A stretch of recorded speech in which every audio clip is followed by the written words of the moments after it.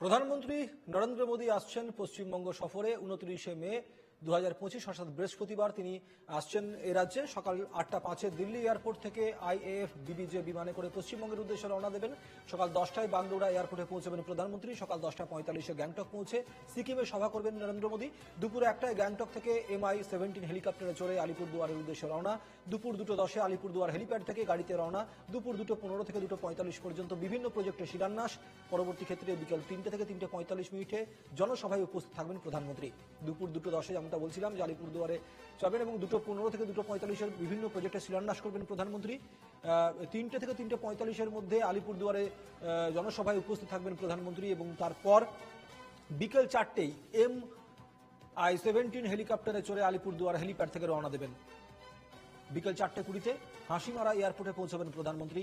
29 তারিখ অর্থাৎ বৃহস্পতিবার আলিপুরদুয়ারে সভা রয়েছে প্রধানমন্ত্রীর। বিকেল 4:25 আইএএফ বিবিজে বিমানে করে বিহারের পাটনার উদ্দেশ্যে রওনা দেবেন মোদী। সকাল 8:05 দিল্লি এয়ারপোর্ট থেকে আইএএফ বিবিজে বিমানে করে পশ্চিমবঙ্গের উদ্দেশ্যে রওনা এবং তারপর থেকে তার সফর সূচিটা আপনাদেরকে জানালাম আমরা।